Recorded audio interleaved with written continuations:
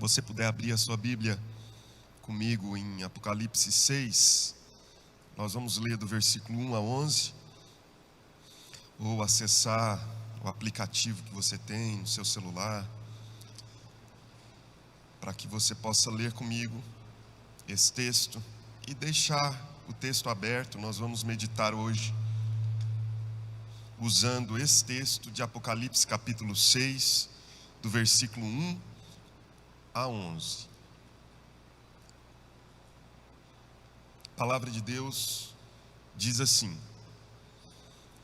Vi quando o Cordeiro quebrou o primeiro dos 7 selos, e ouvi um dos 4 seres viventes dizendo, como se fosse som de trovão: venha. Vi então, e eis um cavalo branco. O seu cavaleiro tinha um arco, e foi-lhe dada uma coroa, e ele saiu vencendo e para vencer. Quando o Cordeiro quebrou o segundo selo, ouvi o segundo ser vivente dizendo, venha. E saiu outro cavalo, que era vermelho, e ao seu cavaleiro foi dado poder para tirar a paz da terra, e fazer com que os homens matassem uns aos outros. Também lhe foi dada uma grande espada. Quando o Cordeiro quebrou o terceiro selo, ouvi o terceiro ser vivente dizendo, venha. Então olhei, e eis um cavalo preto, e o seu cavaleiro com uma balança na mão, e ouvi o que parecia uma voz no meio dos 4 seres viventes dizendo, uma medida de trigo por 1 denário, 3 medidas de cevada por 1 denário, e não danifique o azeite e o vinho. Quando o Cordeiro quebrou o 4º selo, ouvi a voz do 4º ser vivente dizendo, venha. Vi então, e eis um cavalo amarelo. O seu cavaleiro se chamava Morte, e o inferno estava seguindo. E lhes foi dada autoridade sobre a 4ª parte da terra para matar a espada, pela fome, com a mortandade e por meio dos animais selvagens da terra. Quando o Cordeiro quebrou o 5º selo, vi debaixo do altar as almas daqueles que tinham sido mortos, por causa da palavra de Deus e por causa do testemunho que deram. Clamaram com voz forte, dizendo, até quando, ó soberano Senhor, santo e verdadeiro, não julgas e nem vingas o nosso sangue dos que habitam sobre a terra? Então a cada um deles foi dada uma veste branca, e lhe foi pedido que repousassem ainda por pouco tempo, até que também se completasse o número dos seus conservos e seus irmãos, que iam ser mortos, como eles tinham sido. Até aqui. Senhor, nós pedimos que nos ajude mais uma vez, nesta manhã de domingo, que o Teu Espírito nos oriente, nos dê sabedoria. Eu lhe peço, ó Deus, indigno que sou, que o Senhor use de graça, bondade, misericórdia, que o Senhor permita que as reflexões da mente, do coração e as palavras dos lábios não sejam contrárias àquilo que o Senhor tem em sua mente, em seu coração e nem em sua boca. Que o Senhor nos ajude a, de modo coerente, sábio e concatenado com a Tua vontade, ó Deus, expormos agora a Tua palavra. Sim, ó Deus, no poder do Espírito, mas também com a sabedoria dada por Jesus, por esse mesmo Espírito, a fim, ó Deus, de que possamos falar com orientação vinda do céu, para orientar, ó Deus, a cada um de nós que vivemos nessa terra, que jaz no maligno, e que precisa tanto da Tua doce, santa e bondosa presença. Vem nos ajudar agora, eu te peço, em nome de Jesus. Amém.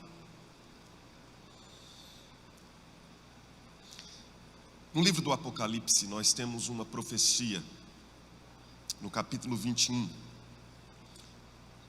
que é talvez uma das mais enigmáticas que nós encontramos porque é uma sentença contra Edom. Edom é Esaú,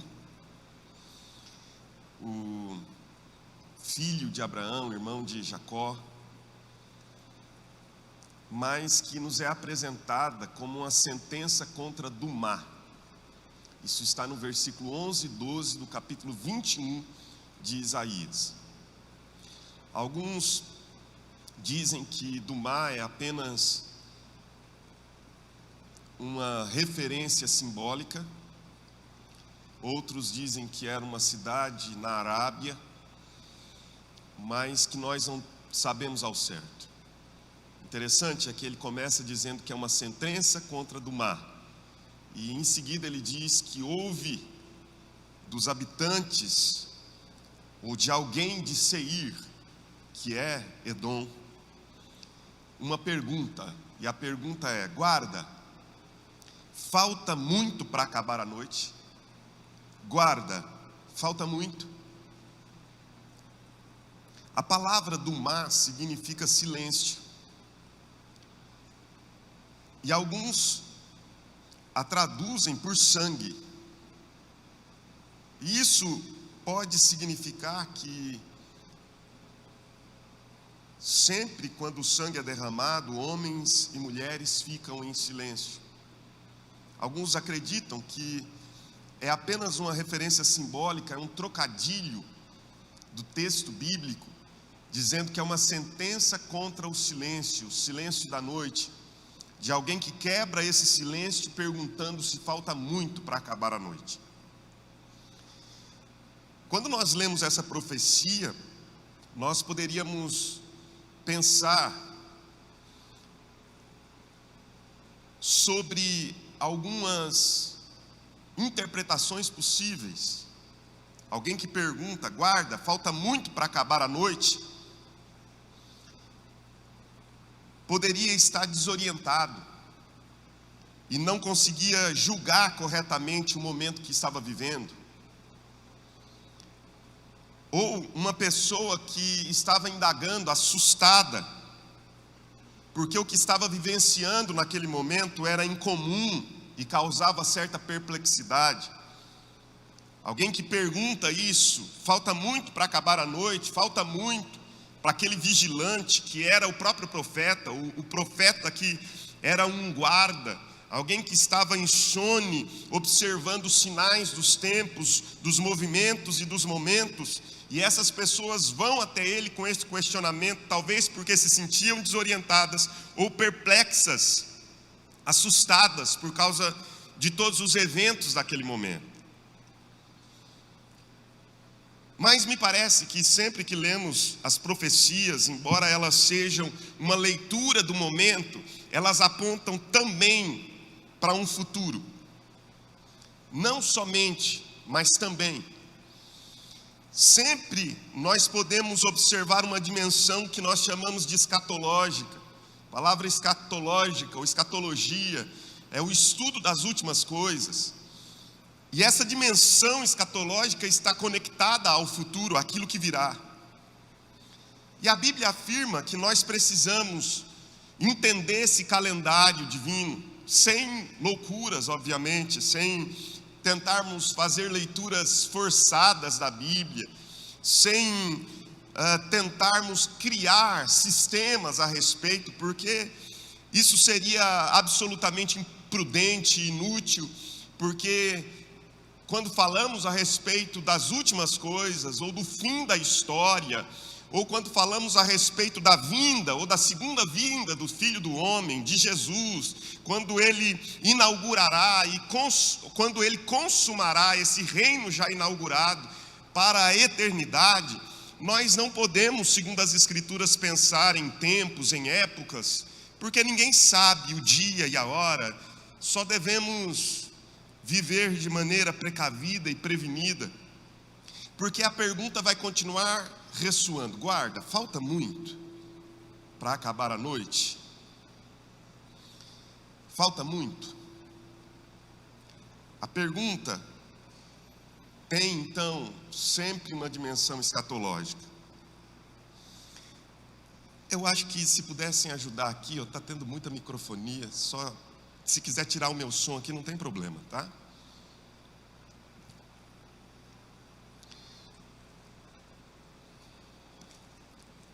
Nós precisamos, quando olhamos para o tempo que temos vivido, indagar sobre o tempo. E a pergunta que deveria ser feita é: qual que é o significado de tudo o que nós estamos vivendo?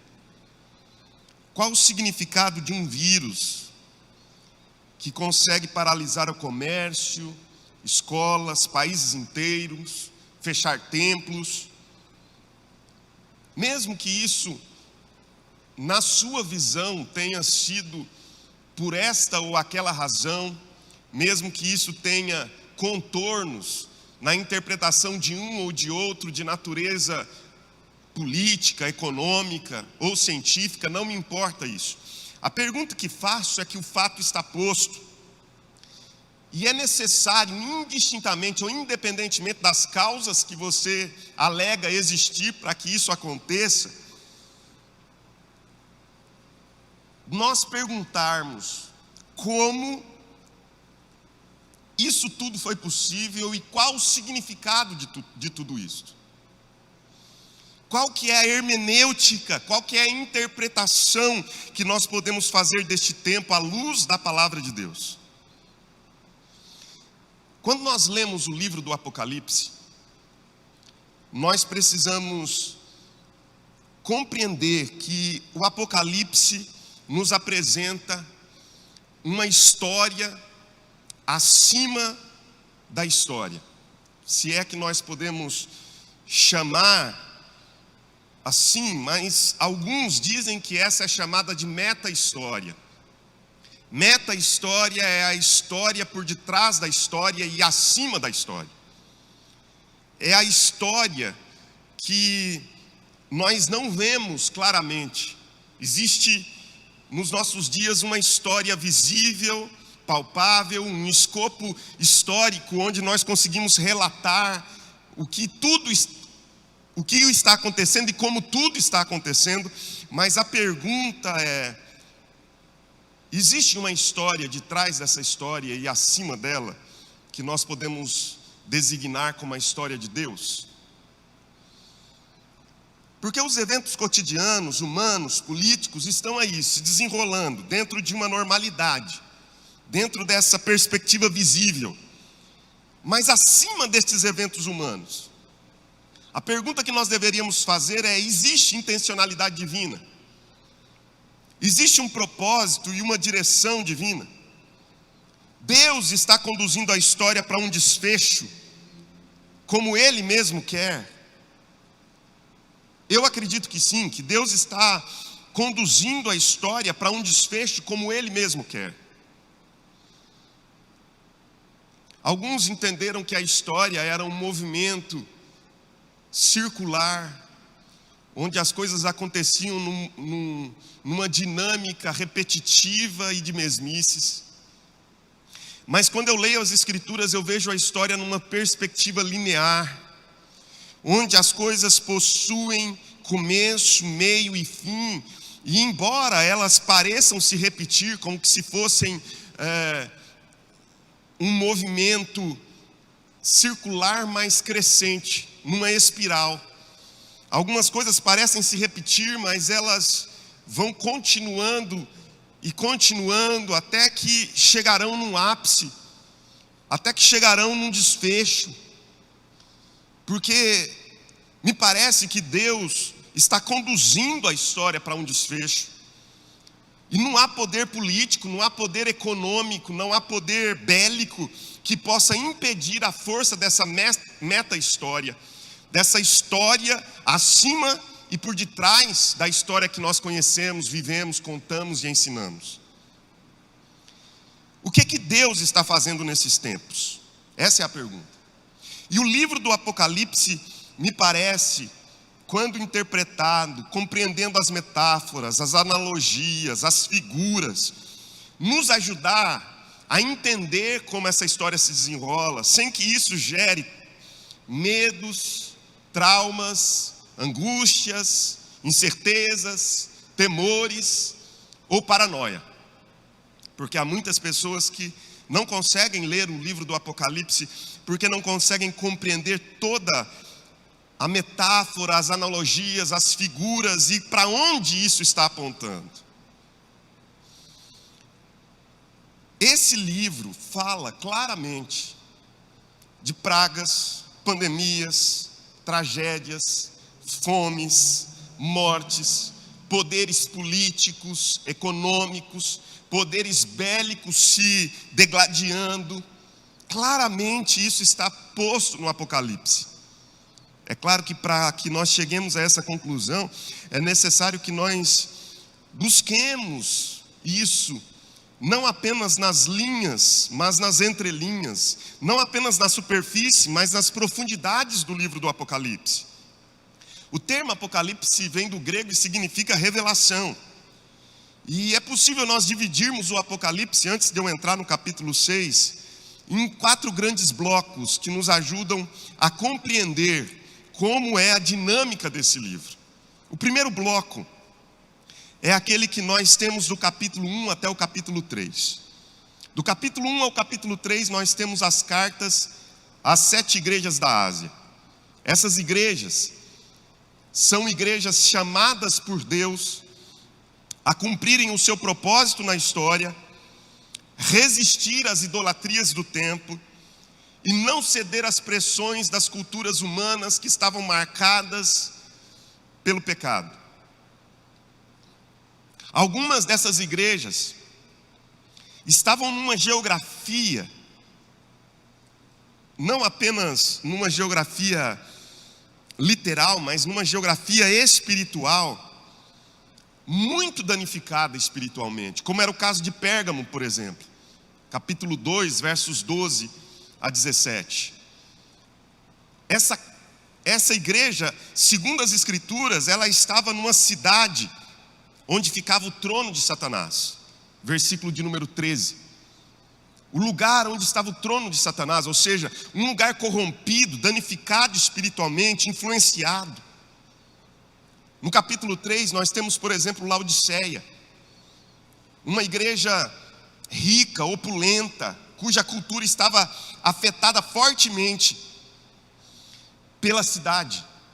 E a cultura da cidade havia influenciado tão fortemente a igreja que ela recebe de Jesus algumas advertências.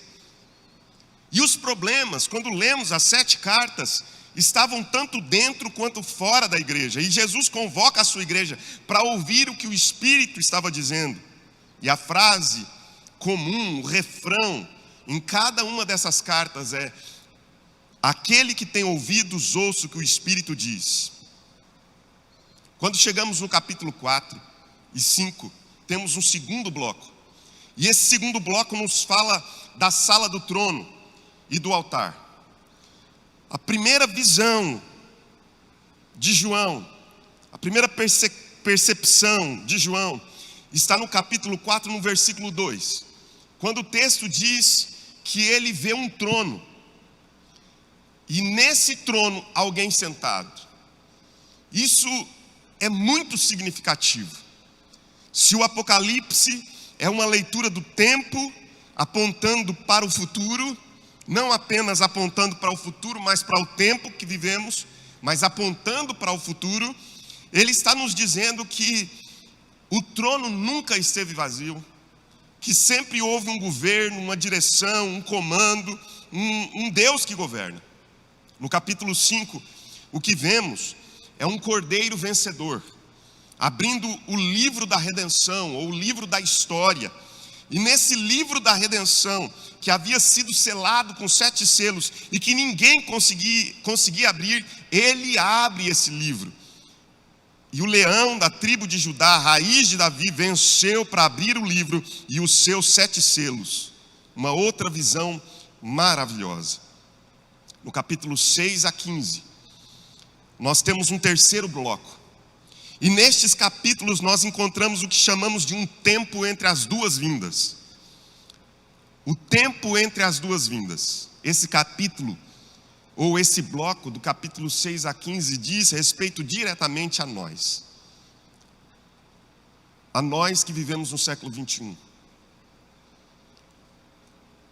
Por quê? Porque do capítulo 6 ao capítulo 15 nós temos o registro desse interregno, desse interim entre a primeira e a segunda vinda de Cristo. Quando lemos Romanos capítulo 13, e o apóstolo Paulo em Romanos 13 diz que é necessário que entendamos ou compreendamos o tempo em que vivemos, Paulo estava dizendo exatamente desse tempo que fica entre a primeira e a segunda vinda de Cristo, entre a inauguração do reino e a consumação do reino, entre o momento em que Jesus vem e inaugura o reino de Deus, dizendo que ele veio exatamente para inaugurar este reino, o reino está entre vós, e também o momento em que ele irá dizer que todas as coisas estão feitas, como em Apocalipse capítulo 21, e este reino eterno estará implantado eternamente. Mas entre a primeira e a segunda vinda, quando Jesus já não está entre nós fisicamente, mas ainda não voltou para o seu governo eterno, entre esses dois tempos, o Jesus que já veio e o Jesus que voltará, a vitória de Cristo é narrada aqui em todos os momentos. E a sua vitória está incorporada à história, dando um testemunho contra o poder dele, diante de todos os movimentos da história que vemos e conhecemos. O que é que eu estou querendo dizer? Que o capítulo 6 é um capítulo que fala muito para a nossa vida. Nós não devemos desconsiderar isso como um momento presente, não apenas um momento futuro. Porque às vezes lemos todo o Apocalipse numa perspectiva escatológica. Sim, existe muita dessa perspectiva futura, apontando para o futuro, mas nós não podemos deixar de lê-lo a partir do momento em que vivemos. Apenas para encerrar, o último bloco vai do capítulo 16 até o capítulo 21. E o capítulo 21 encerra mostrando que a vitória é completada pelo julgamento e uma nova criação sendo estabelecida eternamente. Por isso eu gostaria que você olhasse de uma maneira mais atenta comigo para o capítulo 6 agora. Porque esse capítulo talvez responda um pouco a pergunta dos habitantes de Seir: quanto falta para acabar a noite? Há quanto tempo estamos para que a noite acabe?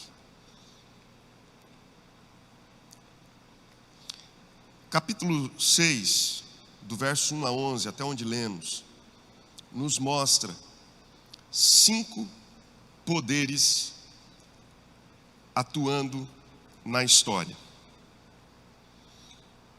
4 deles estão representados pelos cavalos e pelos cavaleiros. Porque cavalo e cavaleiro são metáforas de poderes.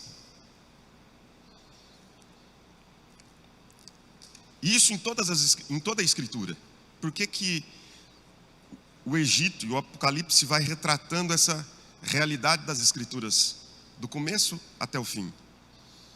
Por que o Egito era o poder bélico da época em que o povo de Israel fora escravizado?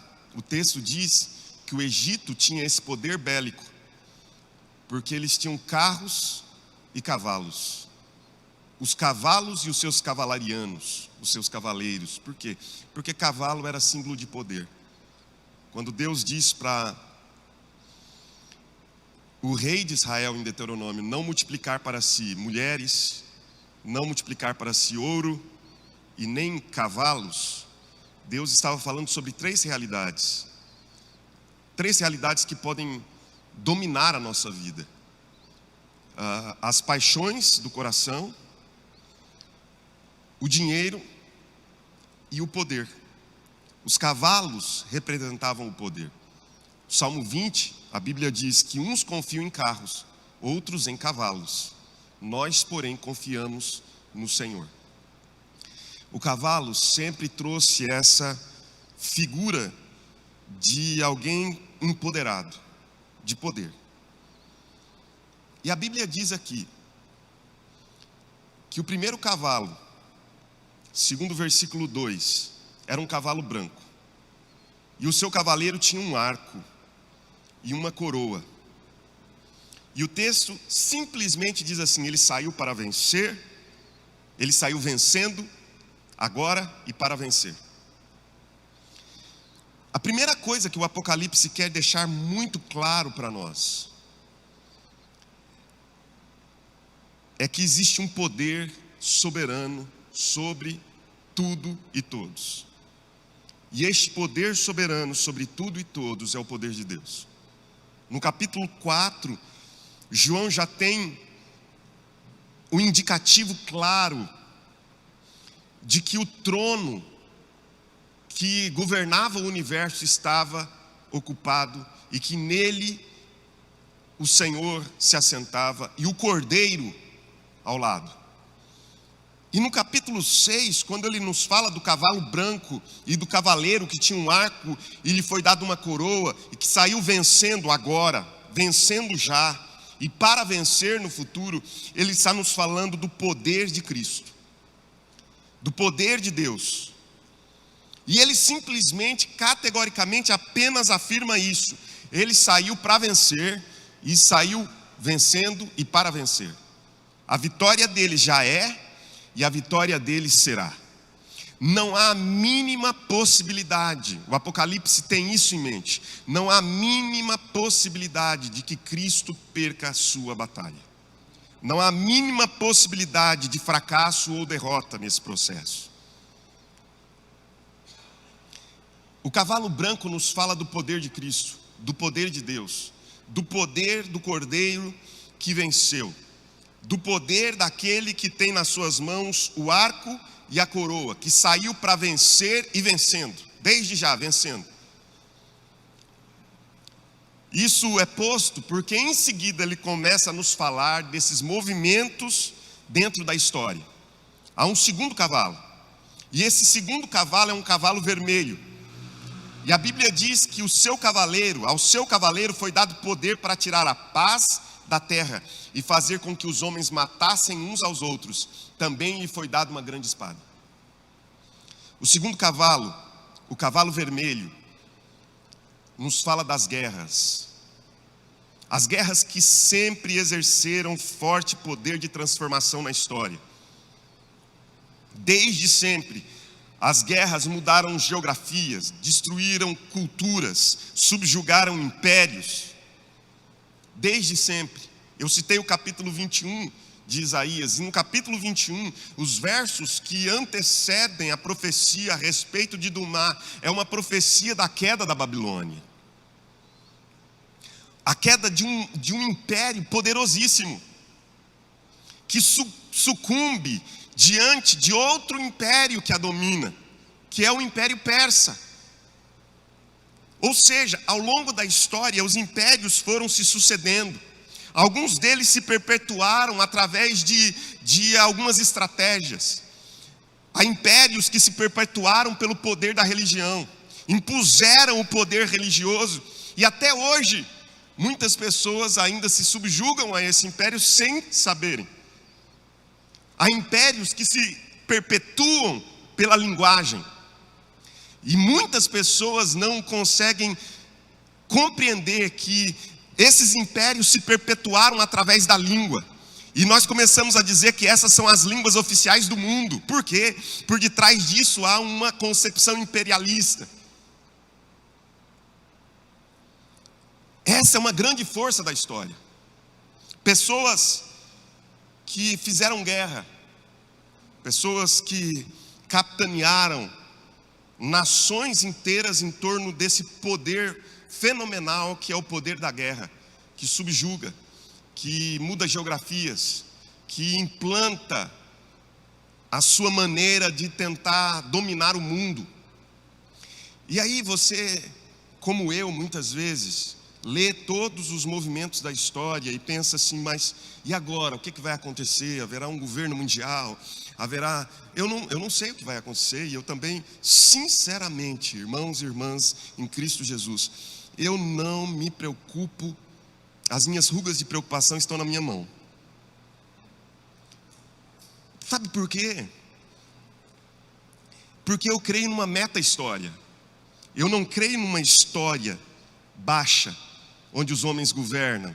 Embora ela exista, esse escopo visível existe, mas existe um governo que está acima de tudo e de todos, e que não é só jargão, não pode ser só chavão na boca das pessoas, tem que ser algo que nós lemos e cremos pelas Escrituras, porque é assim que as Escrituras nos ensinam. Há um trono, e nesse trono alguém que o ocupa. O que mais me chama a atenção nas guerras, quando eu olho para as Escrituras, é que esse cavalo vermelho sempre quis impor-se através da força da espada. Veja que o texto diz, também foi-lhe dada uma grande espada. Sempre tentou se impor através da espada.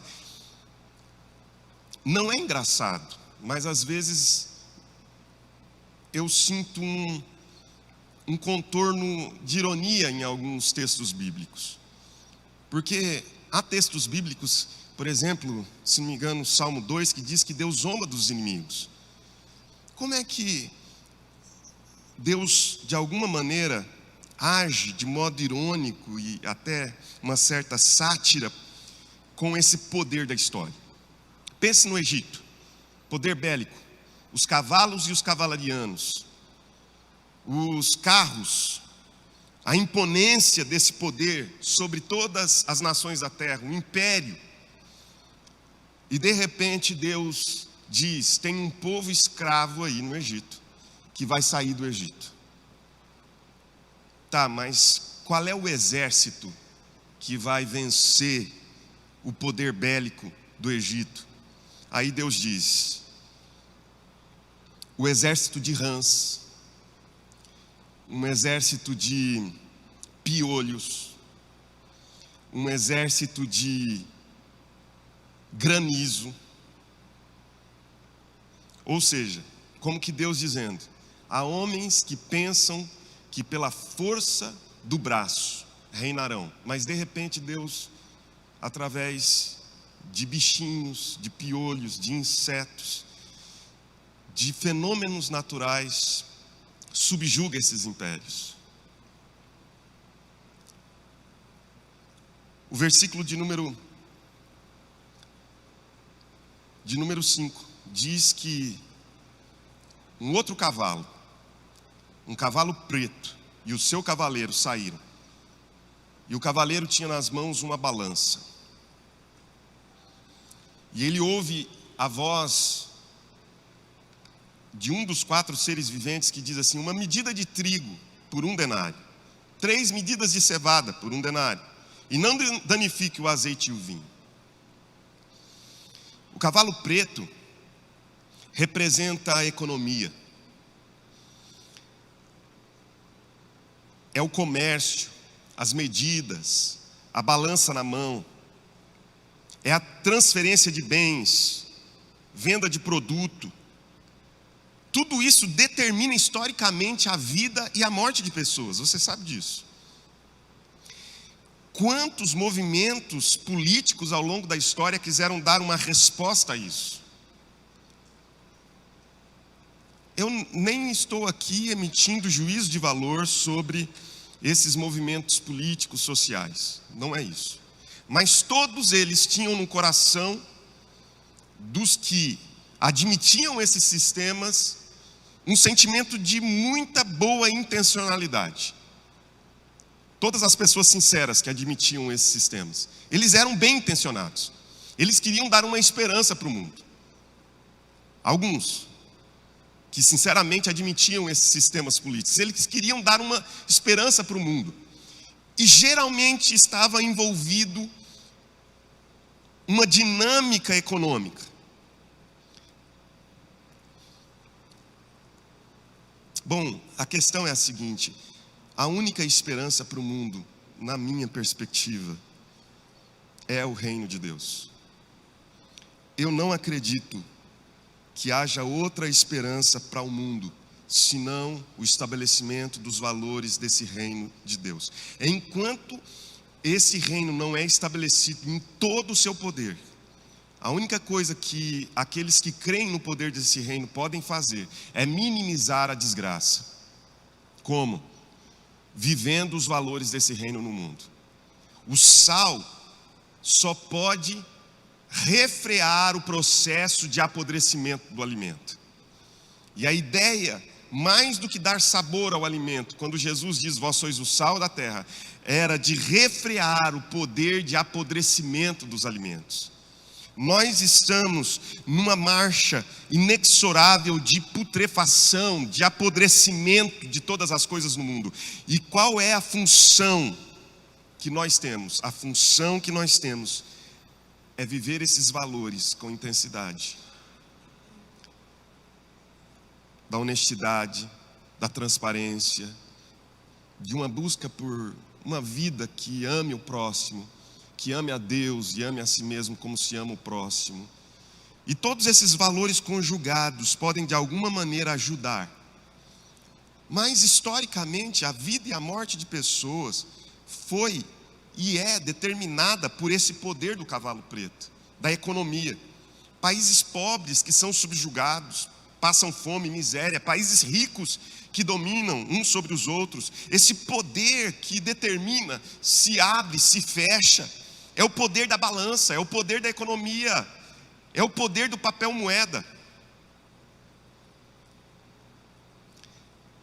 Aí nós chegamos ao versículo de número 8, onde nós vemos um outro cavalo. E a cor desse cavalo é amarelo. E aqui é dado o nome ao seu cavaleiro, e o cavaleiro se chama Morte, e o inferno estava seguindo. E lhe foi dada grande autoridade, segundo o texto, porque é uma autoridade sobre a quarta parte da terra. E ele poderia efetuar grande mortandade na terra. Uma pandemia, por exemplo, tem o poder de matar milhares de pessoas. E nós temos ao longo da história isso acontecendo. A peste negra exterminou 50 milhões de pessoas na Europa e na Ásia, de 1333 a 1351, em 20 anos, milhões de pessoas morreram. A cólera matou milhares de pessoas no mundo, e segundo estudos, ainda hoje, 100 a 120 mil pessoas morrem todos os anos devido à doença. A tuberculose, cerca de 1 bilhão de mortos em 100 anos, de 1850 a 1950. A varíola, em cerca também de 100 anos, matou 300 milhões de pessoas. A gripe espanhola, em 2 anos, 1918 e 1919, matou 20 milhões de pessoas. A febre tifoide, também em cerca de 2, 3 anos, matou 3 milhões de pessoas na Europa Ocidental e na Rússia. De 1963 até hoje, o sarampo já matou 6 milhões de pessoas. A malária, desde 1980, matou 3 milhões por ano. AIDS, 200 milhões de mortos desde 1981. O cavalo amarelo está em ação. O cavalo preto está em ação. O cavalo vermelho está em ação. Mas o Apocalipse quer me dizer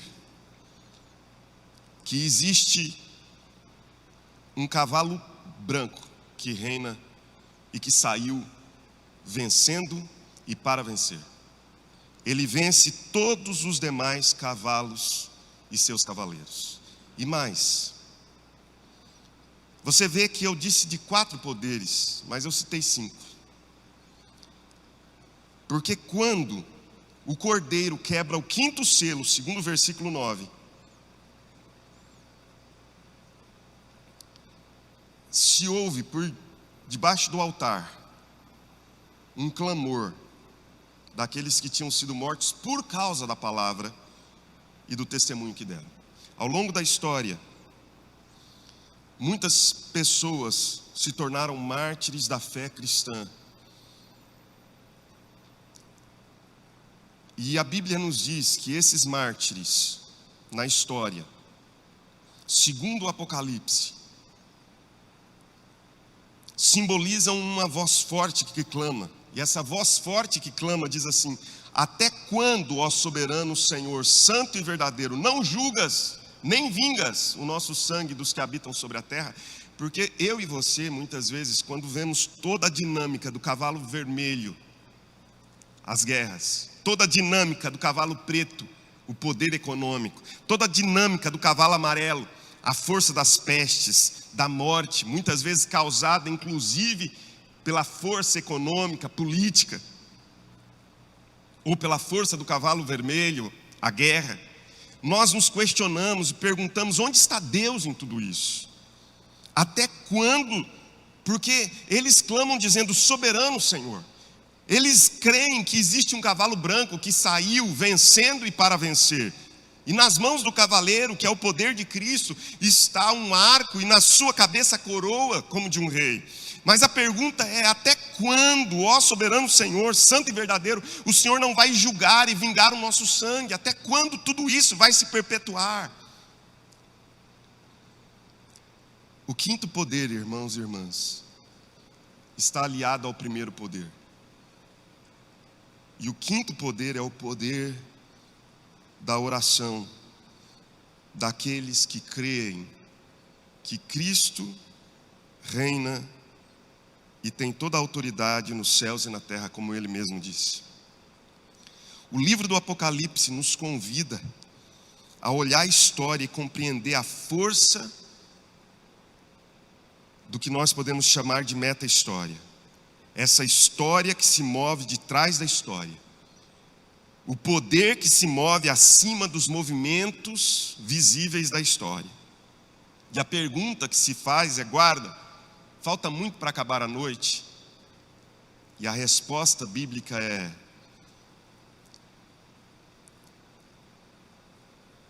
eu lhes peço que repousem, que descansem, ainda por um pouco de tempo. Só descansem e repousem, ainda por um pouco de tempo, até que se complete o número ou o tempo em que Deus estabelecerá o seu reino para a eternidade. E então enxugará dos olhos toda a lágrima. E nesse reino não haverá mais cavalo preto, cavalo vermelho, nem cavalo amarelo. Mas todos estarão vestidos de vestes brancas, semelhante àquele que saiu para vencer e vencendo. Guarda, falta muito para acabar a noite, eu não sei quanto tempo. Mas os sinais de um dia que vai chegar devem produzir em nós não medo, mas esperança. O Apocalipse está dizendo assim: vocês estão com medo de quê? Vocês têm medo desses cavalos vermelhos, pretos e amarelos e dos seus cavaleiros que saíram? Não temam, não temam, porque o trono está ocupado. Não temam, porque existe um poder acima deles.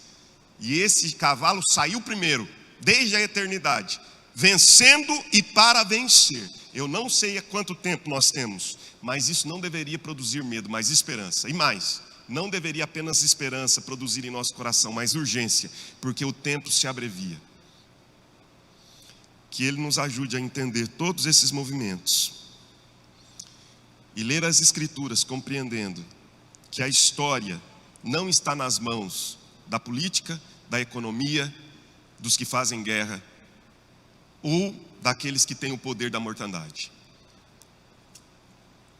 A história está nas mãos de um Senhor que a domina e a levará para um fim que lhe agrada. Em nome de Jesus, amém. Deus meu, toma nas tuas mãos a nossa vida e ajuda-nos a entender que não existe outro poder que esteja acima do teu poder. Ensina-nos a admitir que toda a autoridade lhe foi dada no céu e na terra.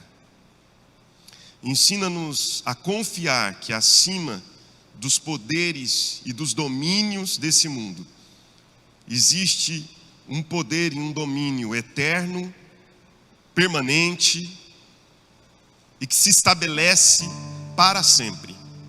Que este poder e essa confiança encha o nosso coração, gerando em nós esperança e um sentimento de urgência de que devemos cumprir aquilo que nos é demandado hoje, sem procrastinar, sem deixar para amanhã aquilo que o Senhor nos tem colocado nas mãos realizar hoje.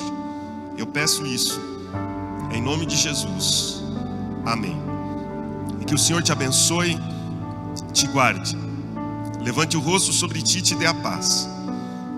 Que Ele faça resplandecer o rosto sobre ti e use de misericórdia contigo. Que a graça do nosso Senhor e Salvador Jesus Cristo, o amor de Deus o Pai e a comunhão do Espírito permaneça sobre nós agora e sempre. Amém.